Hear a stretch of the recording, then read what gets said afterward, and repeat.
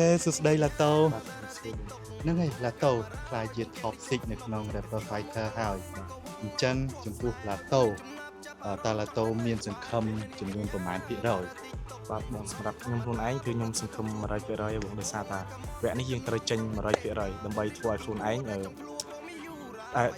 ប្រឹងពីអ្វីដែលយើងខំប្រឹងពីមុនមកហើយបើសិនជាឡាតូខ្លាយទៅជាម្ចាស់ជ័យលាភី Rapper Fighter រដូវកាលទី2នេះ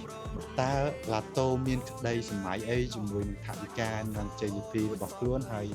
អ្វីដែលឡាតូនឹងធ្វើបន្ត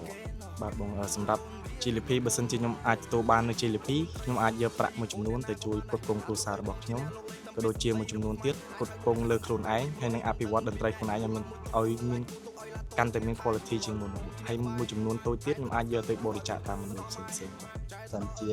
ចង់ឲ្យហ្វេនគ្រប់គ្រងឡាតូខ្លាយជាម្ចាស់ GLP តែគ្រប់គាត់បងបើសិនជាពួកគាត់ចង់ឲ្យខ្ញុំខ្លាចជាម្ចាស់ GLP ពុកម៉ែបងប្អូនទាំងអស់គ្នាកុំភ្លេចជួយបោះឆ្នោតឲ្យខ្ញុំបាទឡាតូដែលមានលេខសម្គាល់ខ្លួនលេខ4ហើយផ្ញើទៅកាន់លេខ1745តាមរយៈប្រព័ន្ធស្មាតតែមួយគត់ហើយបើសិនជាបងប្អូនពិបាកនៅក្នុងការ vote នេះក៏អាចមានមួយវិធីទៀតគឺនៅក្នុង PNN Plus ក៏ដូចជាមានដំណរ link និង QR code ដែលមាននៅលើ page ឡាតូផ្ទាល់ក៏ដូច page Rapper Fighter ណាបាទបងអូខេអញ្ចឹងជូនពរឡាតូទទួលបាន